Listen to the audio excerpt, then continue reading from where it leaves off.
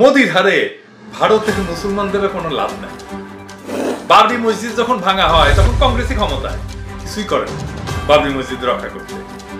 বাংলাদেশের চারপাশে কাঁটাতারের যে বেড়া দেওয়া হয়েছে না, কংগ্রেসের আমলে হয়েছে।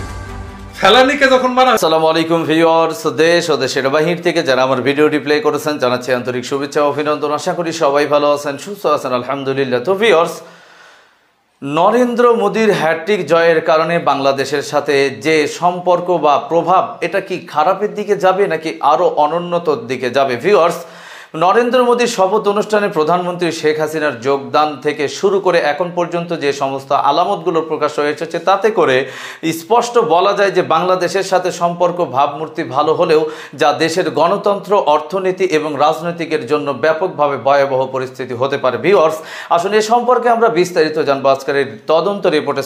ভিডিওতে যাওয়ার আগে ছোট্ট রিকোয়েস্ট করব, যারা এখনও চ্যানেলটি সাবস্ক্রাইব করেনি, নিয়মিত দেশের সকল আপডেট সবার আগে জানতে অবশ্যই চ্যানেলটি সাবস্ক্রাইব করে পাশে রাখবেন। দর্শক, আসলে স্ক্রিনে ইন্ডিয়া কাটস মোদি ডাউন, এই টাইটেলটাই কয়ে দিছে আসলে কি হয়েছে, কিভাবে মোদিরে সাইজ করেছে সে আলাপে পরে আসতেছি। কিন্তু এই নির্বাচনের ফলে কি কি পরিবর্তন হবে, আমার অনুমান অনেক গুরুত্বপূর্ণ পরিবর্তন হবে, সেই আলাপটা করি। আসেন প্রথমে বলে নি, ভারতের বাংলাদেশ নীতির কোনো পরিবর্তন হবে না। মোদির বদলে কংগ্রেস আসলে কিছুই বদলাইতো না। ভারতের ক্ষমতায় যদি কংগ্রেসও আসতো, তাও বাংলাদেশের উপরে তার আগ্রাসন বন্ধ হইতো না। কংগ্রেস আর হাসিনার মৈত্রী দুই জেনারেশনের। হাসিনাকে ক্ষমতায় রাখা, 2014 সালের নির্বাচনে ফাঁকা মাঠে নির্বাচন করতে সর্বতভাবে সাহায্য করা, এই সবই করছিল কংগ্রেসই। মোদির হারে হাসিনার কোনো ক্ষতি নাই, এমনকি মোদির হারে ভারতের মুসলমানদের কোনো লাভ নাই। বাবরি মসজিদ যখন ভাঙা হয় তখন কংগ্রেসই ক্ষমতায়, কিছুই করে নাই বাবরি মসজিদ রক্ষা করতে। বাংলাদেশের চারপাশে কাঁটাতারের যে বেড়া দেওয়া হয়েছে না, কংগ্রেসের আমলে হয়েছে। ফেলানিকে যখন মারা হয়েছিল তখন কংগ্রেসই ক্ষমতায়। ফারাক্কার পরিকল্পনা করে নেহেরু, চালুও হয় ইন্দিরা গান্ধীর সময়, তিস্তা ব্যারেজ করে ইন্দিরা গান্ধী। আমাদের সামনে একটাই পথ খোলা, ভারতে যেই ক্ষমতায় আসুক, আমাদের ভারতীয় আগ্রাসন বিরোধী আন্দোলন বাংলাদেশে চলমান রাখা, ভারতীয় পণ্য বয়কটকে সারা দুনিয়ায় ক্রমে ক্রমে প্রবল করে তোলা, ভারতকে বাধ্য করা আমাদের সাথে নেগোশিয়েট করতে। কিন্তু তারপরেও আমাদের একটা লাভ আছে মোদির এই নির্বাচনে হারাতে, বড় লাভ। সেটা কি, আসেন সেটা দেখি। ভারতের সবচেয়ে বড় শক্তি হইতেছে তার কেন্দ্রীয় শক্তি, তার সেন্ট্রালাইজড সিদ্ধান্ত নেওয়ার ক্ষমতা। এই সেন্ট্রালাইজ ক্ষমতা তার থাকে যখন ভারতের শক্তিশালী কেন্দ্রীয় সরকার দিয়ে শাসিত হয়। আর যখনই ভারতের শক্তিশালী কেন্দ্রীয় সরকার থাকে, তখনই তার কুরকুরানি ওঠে গ্লোবাল রোল প্লে করার জন্য। ভারতের কেন্দ্রীয় সরকার এবার দুর্বল হয়েছে, মোদি থাকলেও এটা দুর্বল সরকার। তাহলে কি হবে এখন, সেটা বুঝতে হইলে আসেন আমরা দেখি ভারতের শক্তিশালী আর দুর্বল কেন্দ্রীয় সরকার কখন ছিল, আর সেই সময়গুলোতে তাদের বৈশ্বিক ভূমিকা কি ছিল, সেটা একটু খুঁজে দেখি। আসেন, মজার জিনিস আছে, আমরা দেখা শুরু করি। 1952 থেকে 1967 সাল পর্যন্ত জওহরলাল নেহেরুর অধীনে ইন্ডিয়ান ন্যাশনাল কংগ্রেস, এইটা শক্তিশালী সরকার ছিল। কি হয়েছিল সেই সময়টা, সেটা আমরা দেখব। আবার 1971 থেকে 1977 নেহেরুর কন্যা ইন্দিরা গান্ধীর সরকার ছিল, এইটা ছিল একটা শক্তিশালী কেন্দ্রীয় সরকার। এই সময় কি কি হয়েছিল সেটাও আমরা দেখব। 1984 থেকে 1989 পর্যন্ত ইন্দিরা গান্ধীর পরে তখন তার পুত্র রাজীব গান্ধী আসে, 400টার বেশি আসন ছিল কিন্তু লোকসভায়। আর 2014 থেকে এই নরেন্দ্র মোদী এই ইলেকশনের আগে পর্যন্ত এইটা শক্তিশালী সরকার ছিল। আর দুর্বল কেন্দ্রীয় সরকার কারা কারা ছিল, আসেন একটু দেখি, নামগুলো দেখি। 1989 থেকে 1991 এই সময়ে খুবই অস্থিতিশীল ছিল ভারতের সরকার। প্রথমে প্রধানমন্ত্রী হয় ভিপি সিং এর নেতৃত্বে ন্যাশনাল ফ্রন্ট, এবং এই ন্যাশনাল ফ্রন্টে বিজেপিরও সাপোর্ট ছিল, বাম ফ্রন্টেরও সাপোর্ট ছিল। তারপরে চন্দ্রশেখরের নেতৃত্বে একটা স্বল্পস্থায়ী সরকার ছিল। এরপরে 1996 থেকে 1998 এই সময়টা বেশ কয়েকটা জোট সরকার ছিল। প্রথমে 13 দিনের জন্য ছিল বিজেপির অটল বিহারী বাজপেয়ী, তারপরে এইচ.ডি. দেবগৌড়া, তার নেতৃত্বে ছিল ইউনাইটেড ফ্রন্ট। এরপরে আই.কে. গুজরাল ছিল প্রাইম মিনিস্টার। 1998 থেকে 2004 এই সময় যদিও বিজেপির নেতৃত্বাধীন এনডিএ ক্ষমতায় ছিল, কিন্তু অটল বিহারী বাজপেয়ী একটা দুর্বল সরকারের প্রধান ছিল, কারণ এটা একটা কোয়ালিশন সরকার ছিল।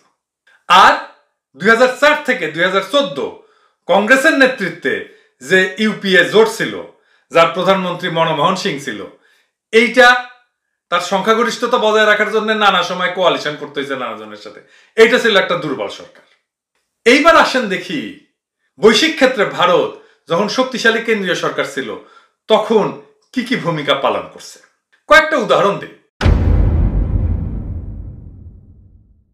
নেহরুর সময় সে জোট নিরপেক্ষ আন্দোলনের নেতৃত্ব দিছে, জোট নিরপেক্ষ আন্দোলনের নেতা হয়েছে, এবং নেহরু একটা আন্তর্জাতিক নেতা হয়ে উঠছিল বিশেষ করে জোট নিরপেক্ষ আন্দোলনের নেতা হওয়ার কারণে। আবার নেহরুর সময় চীনের সাথে যুদ্ধ হয়েছে, নেহরুর সময় পাকিস্তানের সাথে যুদ্ধ হয়েছে। এরপরে ইন্দিরা গান্ধীর সময় কি হয়েছে, সে বাংলাদেশ যুদ্ধে, বাংলাদেশের মুক্তিযুদ্ধে যুক্ত হয়েছে, মানে পাকিস্তানের সাথে যুদ্ধ করছে। সে দক্ষিণ এশিয়ার ভূ রাজনৈতিক মানচিত্রকে পরিবর্তন করে দিছে এবং পাওয়ার ব্যালেন্স চেঞ্জ করে দিছে। আর কি হয়েছে, সে ৭৪ সালে পারমাণবিক অস্ত্রের পরীক্ষা করছে। রাজীব গান্ধীর সময় সে আইটি সেক্টরে ভারতকে ঢুকায় দিছে। ভবিষ্যতের অর্থনৈতিক উত্থানের জন্য ভারতের ভিত্তি যেটা সেটা তৈরি করে দিছে। বৈশ্বিক অর্থনীতিতে ভারতের প্রোফাইল তৈরি হয়েছে রাজীব গান্ধীর সময়। আর মোদির সময় তো আমরা জানি সেটা কি কি হয়েছে, আমরা তো আমাদেরকে দিয়েই বুঝি, তাই না? এই অঞ্চলে সে তার প্রভাব কিভাবে বৃদ্ধি করছে, বাংলাদেশের উপরে তার সর্বগ্রাসী আগ্রাসন করছে। শুধু তাই না, সে বিভিন্ন দেশে লোক পাঠায়, পাঠায় যে খুন করে আসে ভিন্ন মতাবলম্বীদেরকে। আন্তর্জাতিক রাজনীতিতে মোদি একটা নাম হয়ে উঠছে এবং তার সময় সে পাকিস্তানের মধ্যে যে সার্জিক্যাল স্ট্রাইক করে আসছে, সে গ্লোবালি ভারতের সফট পাওয়ার বৃদ্ধি করছে। আর দুর্বল কেন্দ্রীয় সরকারের সময় তারা মূলত ব্যস্ত ছিল আভ্যন্তরীণ রাজনৈতিক সংস্কার আর আন্তর্জাতিক সম্পর্ক বৃদ্ধির কাজে, এর বাইরে কিছু না। সে গ্লোবালি কোনো রোল রাখতে যায়নি, সে পারতও না।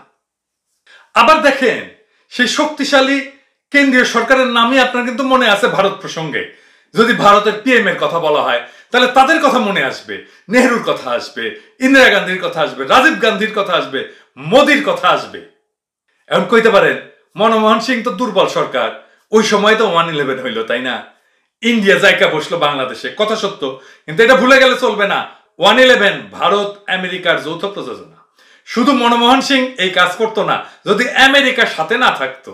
আর 1/11 মূলত আমেরিকার প্রজেক্ট। দর্শক, স্ক্রিনে আমরা সে সম্পর্কে বিস্তারিত জানলাম। এই বিষয়ে আপনাদের মতামত কমেন্টে জানান, কেউ ভিডিওটি স্কিপ করবেন না। ভারতের এই বর্তমান সম্পর্ক বাংলাদেশের সাথে কি ধরনের উন্নতির দিকে যাচ্ছে, এটা নিয়ে দেশের সরকার দলীয় নেতাকর্মীরা যা বলছেন, বিরোধী দলেরা কি বলছেন, আসুন সে সম্পর্কে একটু বিস্তারিত জানবো। রক্ষা পাচ্ছে বা পেতে যাচ্ছে মুসলমানরা। এনডিএর শরিক অর্থাৎ বিজেপি জোটের যে শরিক টিডিপি, তাদের উপর ভরসা করতে হচ্ছে, আরো অনেকের উপর ভরসা করতে হচ্ছে বিজেপিকে ক্ষমতা থাকতে হলে। তারা মুসলমান সংরক্ষণ প্রশ্নে অনড়। তাদের শিক্ষা এবং চাকরির ক্ষেত্রে তাদের যে কোটা এবং সংরক্ষণ ব্যবস্থা, এর কোনো পরিবর্তন করা যাবে না। এটা হচ্ছে টিডিপির ঘোষণা। এখন যেখানে নির্বাচনের সময় সারা ভারত জুড়ে বিজেপি বলেছে যে কংগ্রেস সাধারণ মানুষের অধিকার বা স্বার্থ কেড়ে নিয়ে মুসলমানদেরকে দিতে চায়, তখন টিডিপি অন্যতম শরিক, তাদের এই ঘোষণা একেবারেই বিজেপির ভিত্তিমূলকে নাড়িয়ে দিয়েছে। এখন কি করবে? খবর হচ্ছে ভারতের অন্ধ্রপ্রদেশ রাজ্যে মুসলমানদের জন্য শিক্ষা ও সরকারি চাকরিতে সংরক্ষণ ব্যবস্থার কোনো রকম পরিবর্তন ঘটানো হবে না। তেলেগু দেশম পার্টির সাধারণ সম্পাদক ও ভাবী মুখ্যমন্ত্রী চন্দ্রবাবু নাইডুর ছেলে লোকেশ নাইডু স্পষ্টভাবে সে কথা জানিয়ে দিয়েছেন। লোকেশ একথাও বলেছেন, প্রায় 2 দশক ধরে এই প্রথা চলে আসছে এবং এটা মোটেও কোনো বিশেষ সম্প্রদায়ের তুষ্টকরণের জন্য নয়। এই নীতির লক্ষ্য রাজ্যের মুসলমানদের দারিদ্র্য সীমার বাইরে টেনে তোলা, তাদের সমাজের মূল স্রোতে নিয়ে আসা। লোকসভা ও বিধানসভা নির্বাচনী প্রচারে টিডিপি নেতৃত্ব এবার প্রতিটি জনসভায় মুসলমানদের সংরক্ষণ বজায় রাখার বিষয়টি তুলে ধরেছেন। এর প্রধান কারণ বিজেপি, যে দল মুসলমানদের সংরক্ষণের বিরোধী, যে প্রথা তুলে দেওয়ার জন্য তারা প্রতিশ্রুতিবদ্ধ, যারা মনে করে মুসলমানদের সংরক্ষণ দেওয়া তুষ্টকরণের রাজনীতি, তারা এই ভোটে জোটসঙ্গী হওয়ায় মুসলমান সমর্থন যাতে টিডিপির বিরুদ্ধে না যায় সেজন্যই বারবার কথাটি টিডিপি নেতৃত্ব মনে করিয়ে দিয়েছে। লক্ষণীয়, বিজেপি নেতারা অন্য রাজ্যে মুসলমান সংরক্ষণ নিয়ে সরব হলেও অন্ধ্রপ্রদেশে সেভাবে এ নিয়ে রা কাড়েনি, যদিও পার্শ্ববর্তী তেলেঙ্গানায় সরব ছিলেন। লোকসভা ও বিধানসভায় বিপুল সাফল্যের পর কেন্দ্রে যখন সরকার গড়ার তোড়জোড় চলছে, ঠিক সেই সময় লোকেশ নাইডু নতুন করে বিষয়টি অবতারণা করলেন।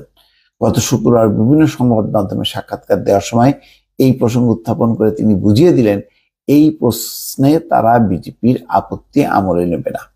ক্ষমতায় থাকার জন্য বিজেপি অবশ্য এই জাতীয় বিতর্কিত বিষয়ে বারবার এড়িয়ে গেছে। যেমন গোটা উত্তর পূর্বাঞ্চলে গো হত্যা ও গোমাংস ভক্ষণ নিয়ে তারা সরব হয়নি।